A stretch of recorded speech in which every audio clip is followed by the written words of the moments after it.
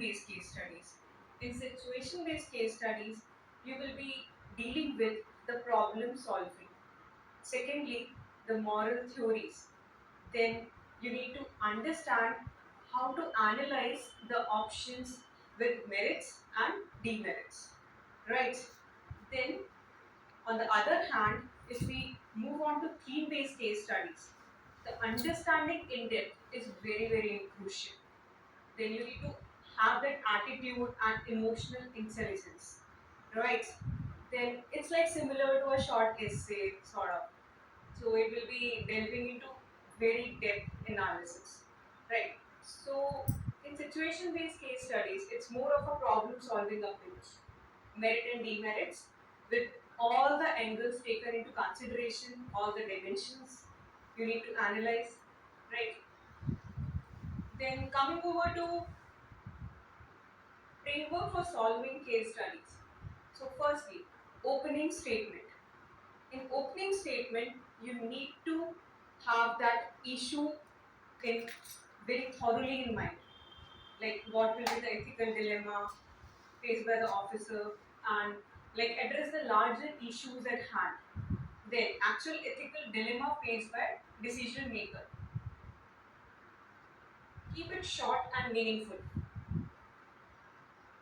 So it's an eclectic collection of issues because UPSC has around 6 to 7 core issues which is revolved year and year around. Okay, then this brings us to our attention that case studies aren't merely about the concerned officer's decision or the issue. It is also about the larger public interest that should be every time kept in mind while addressing the solution. Then, write in crisp one sentence, very according to your actual problem, actual ethical dilemma. Then, if it can be any conflict of interest, it can be a condoning unethical action of others or permitting organizational abuse. So, you have to analyze that dimension. Coming over to the main framework.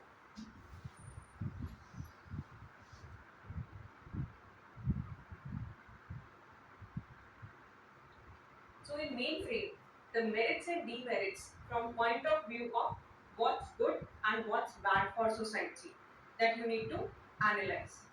Then it can be the common goods perspective. The public interest should always be kept in mind. Then another that is like three dimensions. Firstly, you will consider that option which you will be rejecting altogether. So that will be analyzing and highlighting the priorities of demerits. So there you need to point out the demerits first. Then second is the option which is partly correct, where both merits and demerits you need to write down. Thirdly, the option which you have finally chosen, that option merits should be highlighted on priority basis. Got it? Coming over to the justification part. For course of action, justification can be both value-based and situation-based. In value-based justification, you have to highlight which values are upheld by your choices. Then it can be integrity, it can be accountability, and lot of other values. Okay. Then situation-based questions talk about the specifics of the case, which make your action practically feasible and very, very analytical. Right.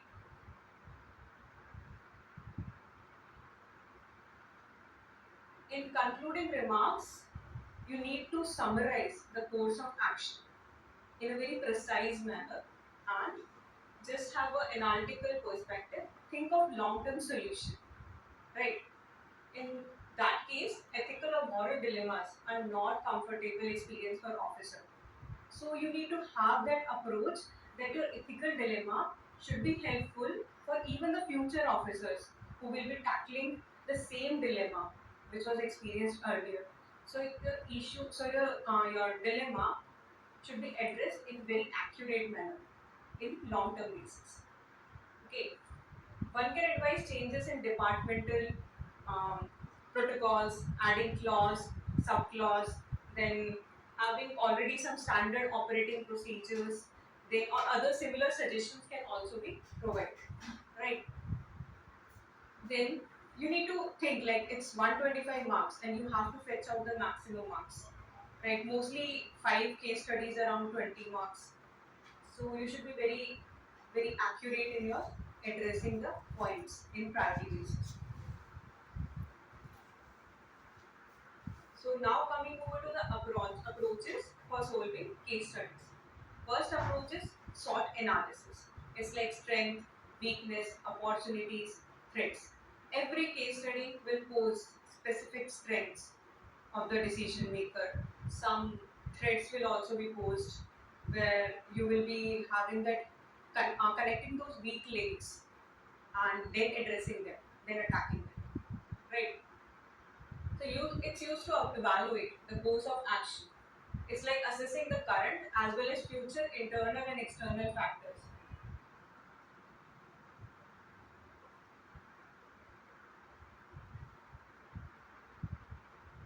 Okay, and internal links as well as any threat that might be posed externally and thwart the decision making. Okay, then it will be wise to start your response with a statement by identifying the larger issue and stating it in a concise manner. Some UPSC trends are like what should be done, why these issues are happening. So some questions should always be there in your mind. Like, have you retained the philosophy of RTI? And unless we regulate multiple stakeholders' behavior, you should be having that which values should depend on subject matter. So subject matter should be like on priority basis. You need to think about it and then connect the values with those subject matter, right? Then, for example, there are some case studies in 2014 related to tribal issues. In 2015, some case studies came related to this land degradation problems and environment related. Then there were some case studies related to social psychological aspects of these migration. So anyhow, social issue will definitely come. So you should be well prepared with that. So these values should always be kept in mind. Let's say in beginning you need to plan and practice, but after some time it will be inbuilt in your memory. So practice very regularly, very thoroughly. So for answering option, discuss course of action and give justification. Okay, give your opinion based on the larger interest. Give your reaction, discuss ethical dilemma or issues, give your recommendation, discuss merits and demerits, and then discuss consequence of each action. Right? So you should be very thorough with these steps. Now, priority check. Options are discrete mostly. So you need to evaluate the option. Sometimes examiners will expect you to formulate the option and then analyze the merits and demerits of each option. But mostly the options are given and then you have to analyze. So while formulating the option, always see the issue in larger perspective. Whether the option B is in continuity with option A. In course of action, what is the first step? Ensure priorities like save the life, give relief. These are the topmost priorities when you have to consider the stakeholders, whom to save, right? Coming over to structuring. When you write course of action, then you write justification, then way forward, conclusion. It can be immediate. For example, let's say some builders were there, they were constructing multiple stories where it was not allowed, and the construction workers they died due to it. Even the construction workers they know that building can collapse because of the way it was constructed with multiple stories, but everyone was very profit minded, profit oriented, money minded was going on. So that immediate step needed in this situation will be like MCD. They should be having some stricter rules with regard to this, and builders were not taking precaution. So they should be regulated. So general ways are like overall ethical ecosystem and ethical infrastructure of the country, it needs to be improved in this case. So ethics in governance, you need to talk about this, right? So complaint is not heard, harass the neighbors who wanted to complain but they were harassed. So they remain silent, right? So broader aspects should be kept in mind.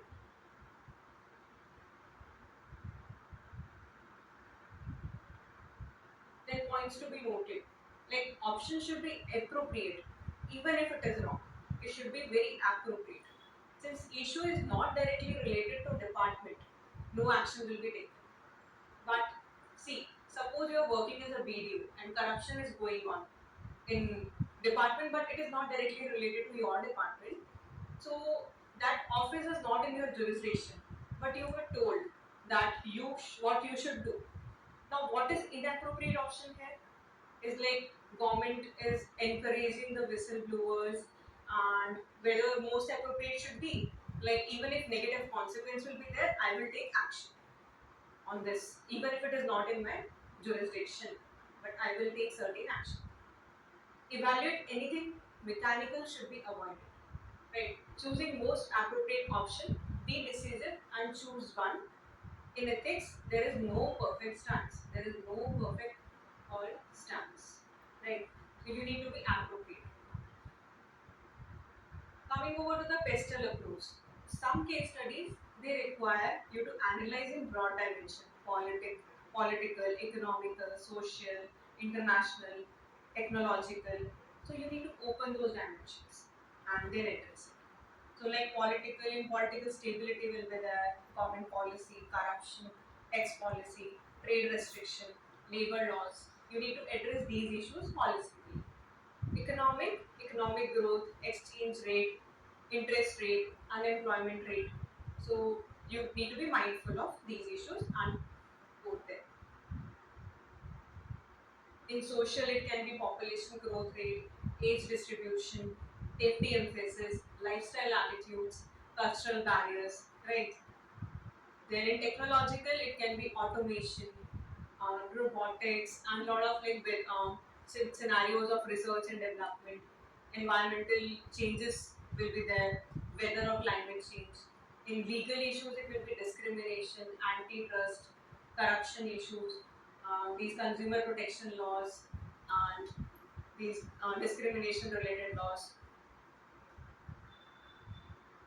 One thing you should keep in mind while having that strength, weakness, opportunity, threat approach, you should assess the current as well as future internal and external factors.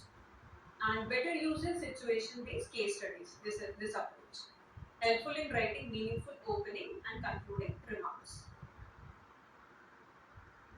Now coming over to stakeholder approach.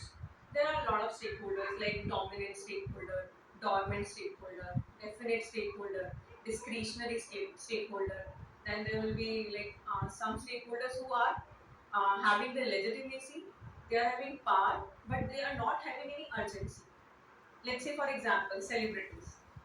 Okay, Shah Rukh Khan, if he goes out in the public and he speaks something, he is doing some act, public will be influenced by the opinions and his work. So he is having that dominant stakeholder context, but he is not having any urgency approach. He is not having any legitimacy. So people will be following the opinion, but that urgent manner of taking the larger interest at that point of time is not ingredient over there. Okay, so there are like dominant, definite, dangerous, discretionary. They are type of stakeholders. So these are the three main arenas: power, legitimacy, urgency. So it can be um, divided as like some are having power and legitimacy but not urgency. Some are having legitimacy and urgency but not power. Okay, and vice versa. So let's having an illustration. There's a fresh engineering graduate. She get a job in prestigious chemical industry. She likes the work. She is having good salary. However, after a few months, she accidentally discovers that a highly toxic waste is secretly discharged into the river nearby. This is causing health problems to the villagers living over there. Okay, so she is perturbed and she mentioned the concern to her colleagues, and they advise her to keep quiet. As anyone came to know about it, she will be removed from the company, summarily dismissed. She cannot risk losing her job as she was the only sole breadwinner in her family. So she has to support her siblings and parents. That first she thinks if her seniors are keeping quiet, so why should she stick out her neck? But her conscience pricks her to do something to save the river and the people and their health. Right? So, but at heart, she feels that the advice of silence given by her friends is not correct, though she cannot give reasons to it. Right? She thinks you are a wise person and seeks your advice. So, what arguments can you advance to show her that keeping quiet is not normally right? Secondly, what course of action would you advise her to adopt and why? Right. So, in this case, the health of the people living the village, it is not stable. So there is a business morality over here. Whistleblower approach is there, and the girl, if she considered that if her family members would have been living in that village, then what action should she have been taken? Like she should have go and have the argument over it. Like she want the help at top basis. As she is a fresh graduate and she got the job in a prestigious company, so she is, however, eligible for taking job in any other place also. So she can sacrifice this job and help the villagers. So that will help her fulfilling the conscience. Inner conscience will be fulfilled. The morality will be there. And as you know that business, they will keep in mind business that corporate social responsibilities will be there. But they want it to be kept secret. So, here, as a consigned, citizens should be kept in mind the right of life of villagers, compelling her to speak. Usually, people join such voices, movement against injustice, and all they need is a trigger. In this case, villagers need a spokesperson like her, so she can act like a trigger, right? Company making profits by jeopardizing the lives of the people. This is morally incorrect, right? So discharge of toxic waste is not morally wrong, but also environmental hazard also too. So course of action that can be advised to her. Firstly, moral persuasion. It should be the first step, right? The residents of village must be made aware about the right to life, which includes a healthy life. Article 21. After some groundwork like talking to villagers, the health problem faced by them. She make them understand and aware about the various environmental laws, and she can show this report to her immediate senior to remind that the company of the environment laws as well as the corporate social responsibility. Since profit is the sole aim of the company, right? So they will not agree with her on the first point. She can present a like she can take assistance of local NGOs over there as well as media to create pressure on the company as well as other big industries working on similar lines. She can inform the district administration about what is going on and submit report to them also. As a last resort, she can file public interest litigation and help them get justice, help all the villagers to get rid of the toxic level of discharge. There is a high chance that she will lose her job, but that is almost like she can have it another job and land into some other place with a good offer. So, since even if the complaints go unheard, she might not continue in the company on moral grounds, but her inner conscience will be satisfied.